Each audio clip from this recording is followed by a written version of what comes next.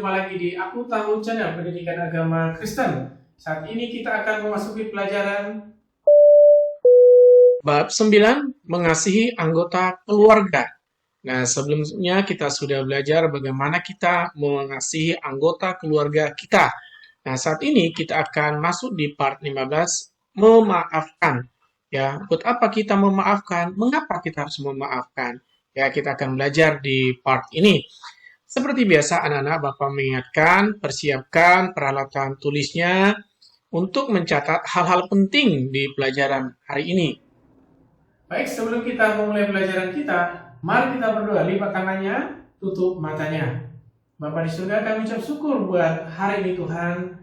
Waktu yang Allah berikan bagi kami untuk dapat belajar walaupun jarak jauh, tapi kami percaya Tuhan hadir di tempat kami masing-masing. Terima kasih Bapa. Dalam nama Yesus kami berdoa dan mengucap syukur. Amin. Seperti biasa anak-anak, kita akan memulai pelajaran kita dengan membaca Alkitab. Silakan ambil Alkitabnya ya.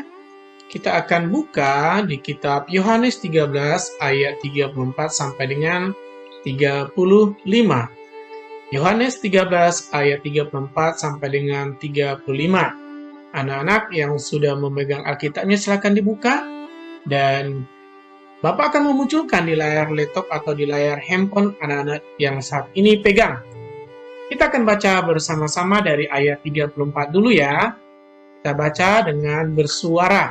1, 2, 3. Aku memberikan perintah baru kepada kamu, yaitu supaya kamu saling mengasihi. Sama seperti aku telah mengasihi kamu, demikian pula kamu harus saling mengasihi. Sekali lagi ya, aku memberikan perintah baru pada kamu, yaitu supaya kamu saling mengasihi. Sama seperti aku telah mengasihi kamu, demikian pula kamu harus saling mengasihi. Ayat 35, dengan demikian, semua orang akan tahu bahwa kamu adalah murid-muridku, yaitu jikalau kamu saling mengasihi. Jadi anak-anak firman Tuhan pada hari ini, kita harus saling mengasihi, ya, mengampuni, ya, sesama anak Tuhan kita harus mengasihi, karena itulah yang disebut dengan murid-murid Tuhan. Jadi kalau anak-anak mau disebut murid Tuhan, harus mengasihi, ya, mengasihi terhadap sesama, baik anggota keluarga maupun teman-teman yang lain. Ya anak-anak ya, jangan lupa ya, kita harus saling mengasihi. Kita akan masuk pelajaran kita, yaitu memaafkan. Keluarga seperti apa yang Tuhan inginkan? Ya, Tuhan kan membentuk keluarga. Ya, Tuhan yang menjadikan keluarga. Jadi, apa sih yang Tuhan mau? Seperti apa keluarga yang Tuhan mau itu? Ya, coba perhatikan gambar ini. Ini gambar apa? Anak-anak ada yang tahu? Gambar di sini memperlihatkan orang tua ya antara bapak dan ayahnya ini sedang ribut, ya, sedang bertukar pikiran, tapi mungkin kadang kali ya sampai anak-anaknya menutup kuping karena tidak mau mendengar, terlalu berisik mungkin ya, terlalu berisik. Ini orang tuanya berisik banget. Harusnya kalau ribut jangan di depan anak-anak, tapi di sini sampai anaknya menutup kuping. Apakah seperti ini keluarga yang Tuhan inginkan? Tuhan kan menjadikan keluarga ya. Tuhan menjadikan keluarga. Apakah Tuhan mau supaya keluarga itu seperti ini? Saya rasa Tuhan tidak mau keluarga seperti ini pada gambar ini, ilustrasinya. Sampai anak-anaknya tidak mau mendengar. Atau keluarga yang Tuhan inginkan seperti ini. Nah, ini yang Tuhan mau sebenarnya, keluarga itu bahagia, saling mengasihi, ya, saling berbagi kasih. Seperti kalau kita melihat gambar ini, orang tua mereka peduli terhadap anak-anaknya, sampai anaknya pun memeluk ayah dan ibu mereka. Inilah yang Tuhan inginkan sebenarnya dalam keluarga, yaitu saling mengasihi. Berbeda dengan pada gambar di sebelah kiri ini. Ya, Tuhan mau seperti pada gambar di sebelah kanan ini, untuk saling mengasihi. Ya anak-anak ya. Nah, Tuhan menghendaki agar di dalam keluarga itu seperti apa? Tuhan kan menjadikan keluarga itu, ya anak-anak ya. Jadi keluarga anak-anak itu Ya, papa mamanya itu dipersatukan oleh Tuhan. Tuhanlah yang mempersatukan mereka, diberkati di gereja, jadilah keluarga, jadilah anak-anak. Ya, Tuhan yang membentuk itu. Tuhan mau supaya keluarga itu seperti apa? Keluarga saling mengampuni, ya. Tidak boleh ada dendam, tidak boleh ada benci. Di dalam keluarga tentunya kakak dan adik berantem, mama dan papa berantem. Mama membenci anak. Anak membenci orang tua, tidak bisa seperti itu. Orang tua memaafkan anak. Jadi kalau anak itu berbuat kesalahan, ya, orang tua harus memaafkan anak. Namanya juga anak-anak, ya, pasti ada melakukan kesalahan. Demikian juga halnya anak memaafkan orang tua pun bisa salah. Bukan hanya anak-anak yang bisa salah, orang tua pun bisa salah dalam hal mendidik, dalam hal berbicara. Tidak selalu orang tua itu benar ketika berbicara. Bisa saja salah berkomunikasi, salah menyampaikan ketika orang tua, mungkin anaknya sedang jenuh, mungkin orang tuanya sedang jenuh. Contohnya anak lagi jenuh, orang tua lagi ngobrol, lagi ngomong nasihatin anaknya tidak bisa terima. Kenapa? Dia lagi pokoknya lagi kondisi pikirannya nggak enak, atau orang tuanya lagi capek, lagi pusing, anak-anaknya ngomong ke orang tuanya. Akhirnya apa? Marah. Nah, sebenarnya tidak boleh terjadi. Harus saling memaafkan. Jikalau salah, orang tua boleh nggak minta maaf terhadap anak? Boleh. Anak wajib minta maaf terhadap orang tua jika melakukan kesalahan. Jadi jangan saling menunggu. Biarkan anak saja yang nunggu. Apa? Minta maaf sama saya. Dia kan seorang anak. Nah, demikian juga orang tua. Jangan bilang begini. Anak. Biarin mama yang minta maaf sama saya. Biarin papa yang minta maaf sama saya. Mereka yang salah kok. Enak aja, nggak boleh seperti itu. Saling berusaha. Siapa duluan yang minta maaf? Harus begitu anak-anak ya. Jadi kalau anak-anak melakukan kesalahan, mungkin hari ini melakukan kesalahan, tadi pagi melakukan kesalahan, atau kemarin melakukan kesalahan.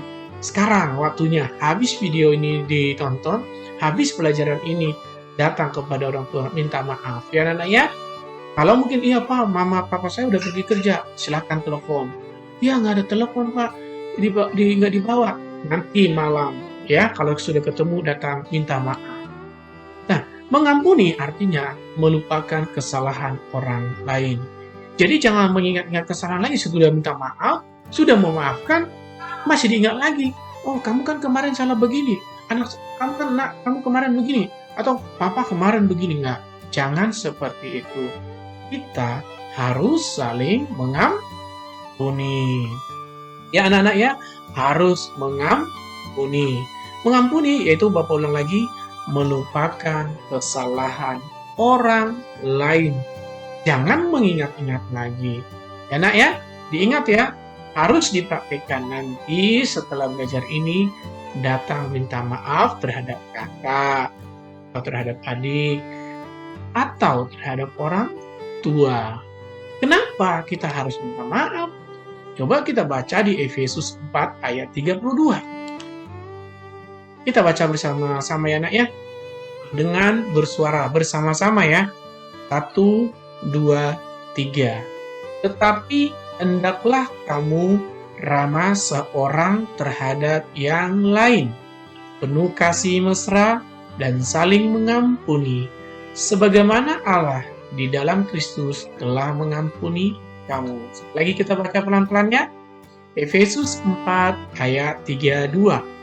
Tetapi hendaklah kamu ramah seorang terhadap yang lain, penuh kasih mesra dan saling mengampuni, sebagaimana Allah di dalam Kristus telah mengampuni kamu. Jadi kita harus saling mengampuni. Anak ya, jangan kita menunggu orang lain minta maaf sama kita.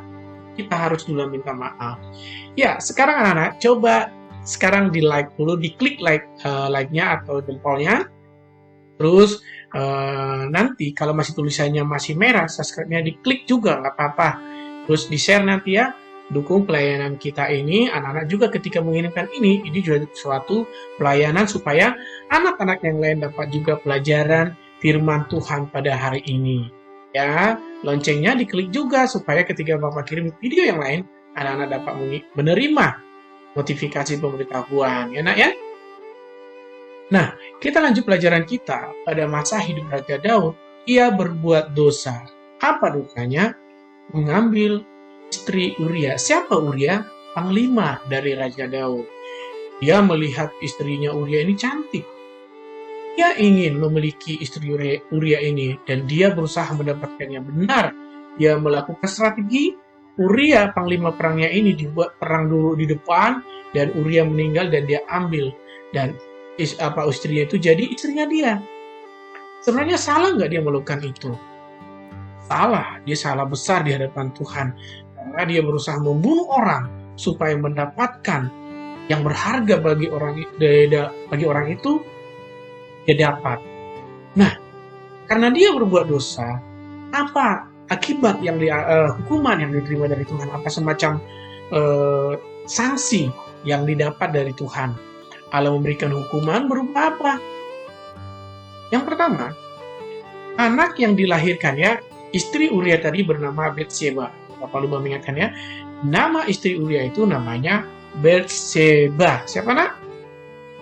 Batseba. Ya, anak yang dilahirkan itu, kenapa mereka melakukan hal terlarang di hadapan Tuhan? Anak yang dikandung Batseba itu lahir dan harus mati. Kasihan kan? Karena dosa dari kedua orang tuanya, anak itu harus mati. Yang kedua, pedang pun tidak berlalu dari keturunan Daud sampai selamanya. Absalom anak Daud melakukan pemberontakan bahkan mencemari istri ayahnya karena dosa yang dilakukan ayahnya. Keturunannya pun ikut berdosa. Ya, dan pedang katanya tidak berlalu dari keturunan Daud. Dan memang benar, ketika Daud tidak jadi raja digantikan anaknya Salomo. Setelah itu kerajaannya terpecah jadi dua, namanya utara dan selatan ya, karena dosa. Nah, apa yang terjadi dengan Daud lagi? Tetapi ketika Daud menyadari dosanya, dia mengakui di hadapan Tuhan dan memohon pengampunan. Dia sadar, Tuhan, aku salah, aku telah mengambil kesalahan. Kenapa? Dia sudah ditegur, diingatkan oleh Nabi Yonatan lewat perumpamaan, kamu telah berbuat salah di hadapan Tuhan. Dia menyadari dia seorang raja, tapi dia datang merendahkan diri di hadapan Tuhan, meminta ampun. Seperti ilustrasi pada gambar ini, dia menangis sejadi-jadinya, minta ampun sama Tuhan. Tuhan, aku salah, ampuni aku Tuhan. Dan demikian juga anak-anak ketika melakukan kesalahan terhadap saudara, orang tua, minta ampun sama Tuhan. Datang minta ampun, Tuhan, ampuni aku Tuhan, aku sudah salah Tuhan. Begitu, jangan mengeraskan hati. Di sini, Daud seorang raja, dia raja yang dihormati, tapi di sini dia datang merendahkan diri, sampai dia berlutut di lantai, dia minta ampun sama Tuhan. Apa yang terjadi setelah minta ampun? Tuhan mengampuni, mengasihi, dan memberkati kerajaannya. Sama harusnya, kerajaan Daud pada saat itu hancur, tapi masih diberikan Tuhan buat anaknya, yaitu Salomo. Maka Daud tidak diizinkan untuk mendirikan bait Allah. Anaknya lah yang mendirikan bait Allah, yaitu Raja Salomo. Ya. Nah, kisah yang sama juga ada tentang mengampuni saudara, yaitu kisah Yusuf mengampuni saudaranya. Saudara-saudara Yusuf berbuat jahat kepada Yusuf karena melalui mimpi Yusuf itu menunjukkan bahwa dia akan jadi orang besar. Kakak-kakaknya nggak mau terima. Siapa kamu? Kami kakak. Itu papa, ada mama. Masa kami tunduk sama kamu? Hormat. Karena bisa baca nanti itu ya, di kitab Kejadiannya. Akhirnya, saudara-saudaranya menjual Yusuf ke pedagang Arab. Pada saat itu, Yusuf datang mengantar makanan. Oh, mereka ingin membunuh. Tapi udah, kita nggak usah bunuh. Kita jual aja nih, si Yusuf ini. Kita dapat uang. Nah, akhirnya Yusuf dijual ke saudagar ya.